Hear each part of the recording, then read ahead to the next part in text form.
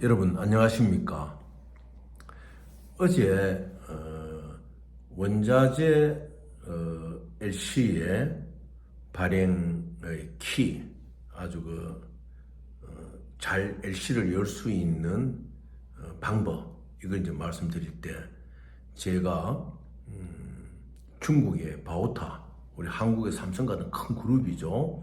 그 그룹의 대리점 체제, 지사 체제, 이런 것에 대해서 조금 설명을 드리다 미흡한 점이 있어서 오늘 좀 말씀을 드리도록 하겠습니다. 여러분들이 외국의 종합무역상사나 큰 회사하고 계약을 할 때에는 나의 계약 상대자가 실질적으로 내가 이름을 알고 있는 그 회사냐, 아니면은 그 회사의 지사냐, 아니면은 그 회사의 대리점이냐, 이런 것을 명확히 여러분들이 규명을 하셔야 돼요. 그 규명을 하는 좋은 방법은 무엇이 있는가 하면은 그 본부의 해외 국제 파트 같으면은 해외 세일즈 파트의 책임자하고 여러분이 지금 만나고 있는 그 회사의 대표하고 어떤 관계냐, 이런 거를 체크해 보셔야 돼요. 그러면 실제로 여러분이 만나고 있는 A라는 회사의 대표, 여러분이 알고 있는 큰 회사의 대표라 같으면은 해외 세일즈 파트의 책임자는 여러분이 만나고 있는 그 사람의 지휘 통제를 받는 직원 아니겠습니까? 모를 리가 없지요. 예.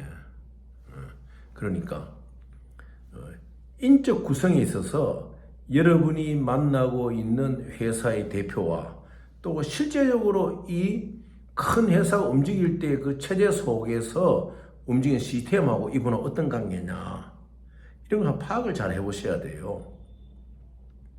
이제 왕왕 이런 경우가 있거든요.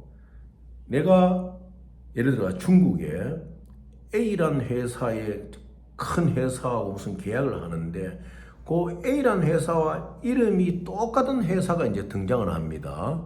그러면은 그 회사하고 이제 계약을 해요.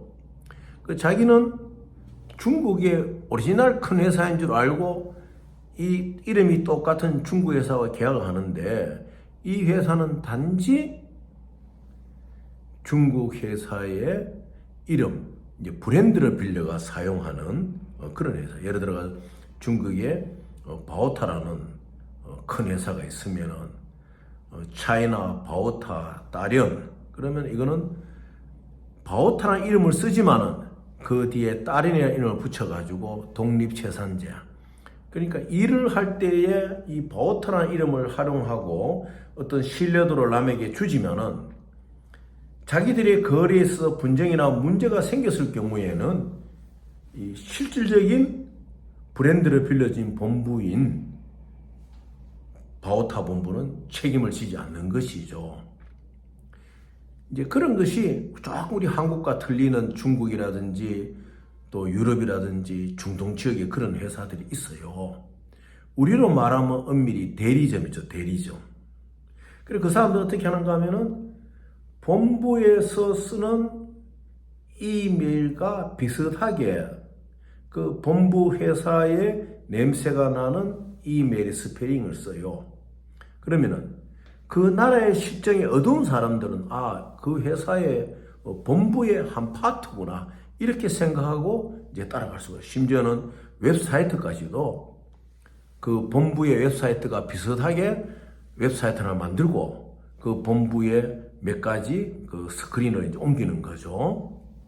이제 그렇게 돼 있는데 그것이 나중에 이제 언제 문제가 생기느냐. 예를 들어 가지고 거래상에 있어서 LC라든지 DLC라든지 SBLC가 보내주고 난 이후에 계약서대로 물건을 싣는다거나 물건을 매입한다거나 이러한 것이 제대로 이루어지지 않을 경우에 이것을 들춰보면은 이제 여러분이 계약했던 그 회사하고 여러분은 이 회사의 것이다, 이 큰 회사의 것이다 생각을 했는데 그거하고 차이가 있는 것이에요.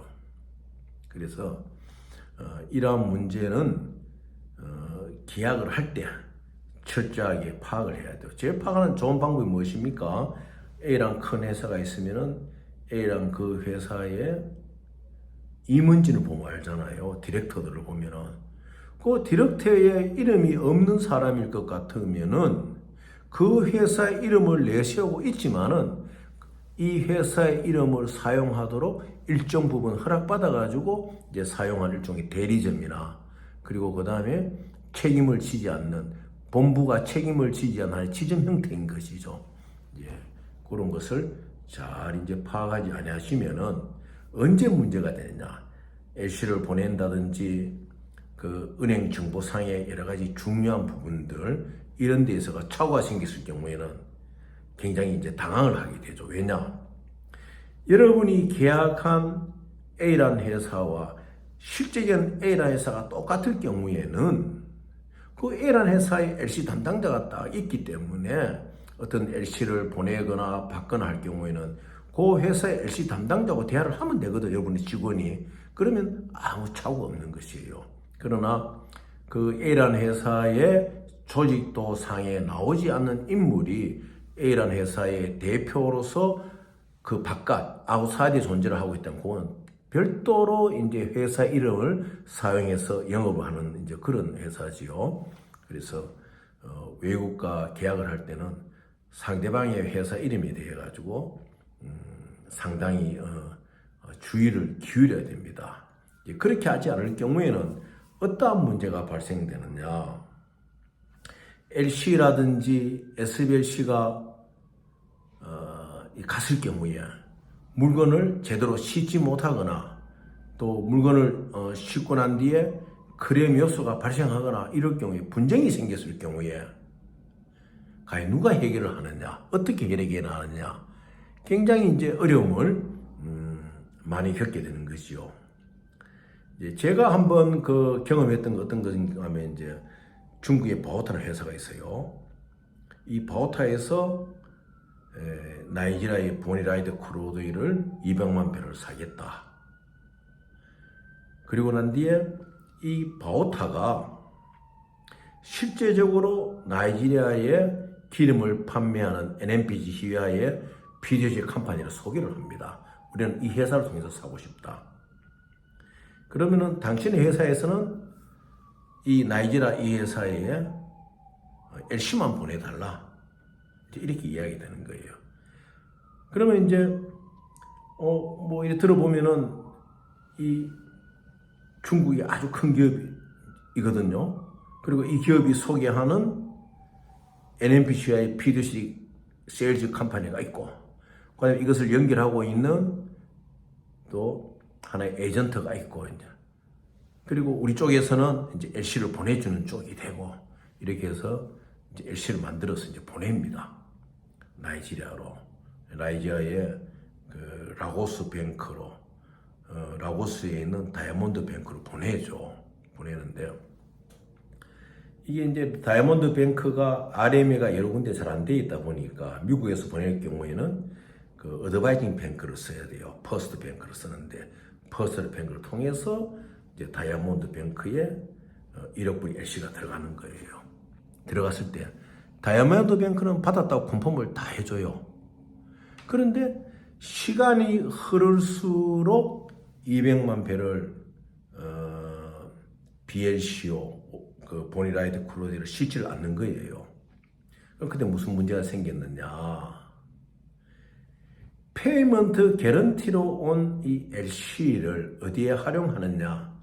이 사람들의 사업에 활용하기 위하여 이제 나이지리아 나라는 좀 작으니까 이 에이전트가 이제 딴 외국 사람이니까 그 에이전트의 대표가 속해진 나라로 이 LC를 트랜스퍼 해가지고 거기에서 이제 론을 하는 거예요. 자금을 좀 만들어 가지고 이 나이지를 다시 넣는다 이래가지고 이 LC를 200만 배럴 기름을 가져오기 위한 페이먼트 개런티로 준 LC를 이슈어의 동의가 없이 마음대로 론을 시도하는 것입니다. 그럼 그게 됩니까? 경험 있는 이슈어는 그런 거를 다 염두에 두고 이것이 다이아몬드 뱅크를 벗어나서 딴 해외은행에서 움직일 때는 통과되도록 다 돼 있거든요. 그래서 이것이 이제 불발로 끝나버리죠. 그렇지만 그런 과정 속에서 기름도 제대로 싣는데 시간이 걸리고 어려움을 겪고 불편함이 발생하는 거죠. 그러다 보면은 진작 중국에서는 물건을 받지 못하고 자기들의 어떠한 영업에도 차질이 오게 되고 이렇게 되는데, 가장 또 중요한 포인트가 뭔가 하면은 제대로 상대방의 회사를 믿고 그 본체인 바오타라는 회사의 그 상태를 이제 하기 어렵죠. 왜냐하면은 그 바오타 대련 사장을 만나면은 그 바오타 본부의 총경리를 만나게 해요. 그러면은 이 바오타 대련을 이 바오타 본부가 다 보호하고 있거나 무슨 문제가 생기면은 여기서 어떤 크레임에 대해서도 다 지불해 주나 이렇게 이제 착각을 하게 되죠. 그러나 막상 이렇게 나이지리아의 에이전트와 이 바오타 대련이죠. 바오타 대련과의 관계가 잘못되어 가지고 LC가 미궁에 빠질 때는 진작 본부 바오타는 뒤로 물러서는 거예요. 너희들끼리 해결해라. 참 그러면 안담한 상황이 이제 벌어지는 거예요. 그래서 요즘 또 보면은 왕왕 그러한 사례가 발생할 수 있으니까 LC라든지 DLC가 교류되는 무역 거래를 할 때, 예를 들어 갑돌이 회사, 뭐 미국에 있는 갑돌이 회사, 그러면은 이 갑돌이 회사란 이름이 미국의 유명한 회사일 경우에는 안심하고 그냥 이런 것이 아니고, 이 회사가 실제적인 미국 갑돌이 회사의 본체냐, 아니면 이 회사가 거기에서 구조적으로 나와 있는 회사냐. 그럼 구조적으로 나와 있는 회사면은 이 회사가 우리하고 거래를 할 때 문제가 생기면은 이 갑돌이 회사 본체가 책임을 지느냐, 이런 것을 면밀히 살펴서 이제 거래를 하셔야 됩니다. 그래서 미국에 생길지 모르는 LC가 오고 하는 크레임을 예방할 수 있어서 어제였고 조금 미흡했던 부분을 제가 보충해서 말씀을 드렸습니다. 그리고 최근에 보니까 한 20년 전에 많이 돌아다니던 그 HSBC 그 페이크 서류들이 또 한국에 지금 많이 다니고 있어요.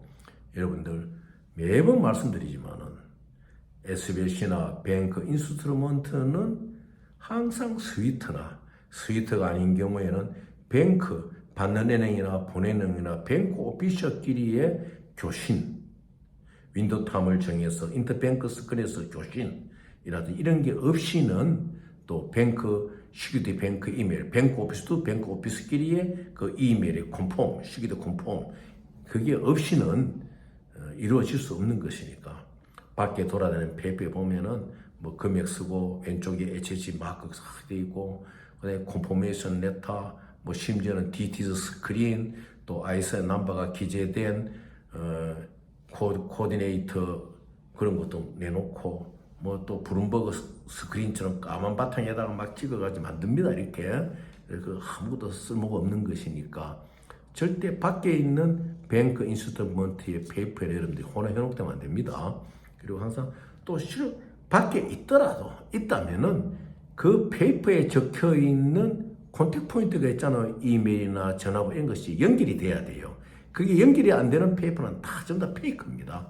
그러니까 여러분들 뭐 서류를 받아가지고 뭐 전화해보면 안 받아요. 또 이메일 답이 없어요. 그럼 다 페이크예요. 그러니까 그런 서류들이 이제 많이 다니고 있으니까 여러분들이 주의하시고 절대 그런 게 현혹되지 마시고, 그리고 외국과 계약을 할 때 상대방 회사의 상호가 아주 그날이 유명한 상호 같으면은 내가 계약하는 이 상대가 그 회사냐, 아니면은 그 회사의 구조, 시스템 안에서 한 부분을 차지하는 회사로서 이름을 쓰고 있느냐, 이런 거를 다 체크를 하셔야 됩니다.